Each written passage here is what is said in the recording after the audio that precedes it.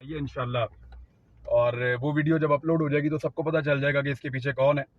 मैं अपनी बेल के लिए इस्लामाबाद आ रहा था और ये बिल्कुल इस्लामाबाद की जुरिस्डिक्शन है जहाँ से मुझे अरेस्ट किया जा रहा है, क्योंकि ये टूल प्लाजा यहाँ से शुरू हो जाता है।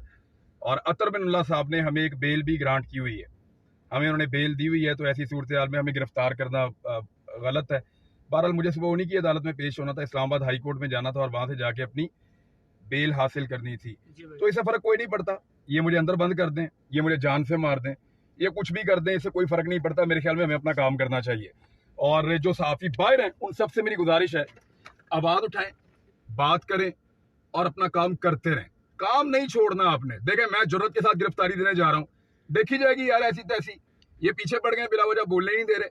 और खास तौर पे ब्रिगेडियर राशिद साहब, ये जितना ही आप कर सकते थे मेरे ख्याल में इतना ही आप कर सकते थे, इससे ज्यादा आप क्या करेंगे मेरे ख्याल में। गाड़ी आपने मेरी छीन ली, हथियार आपने मेरे छीन लिए, 20 FIR मेरे पे करवा ली। ये गिरफ्तारी वाला तजुर्बा करना है, लो ये भी करके देखो। मैं जा रहा हूँ, करें यार ऐसा। Thank you very much. Pakistan में ये तमाशा रह गया था, ये भी देख बच्चे। ये फोन मेरा अपने पास है। ठीक है सर, ठीक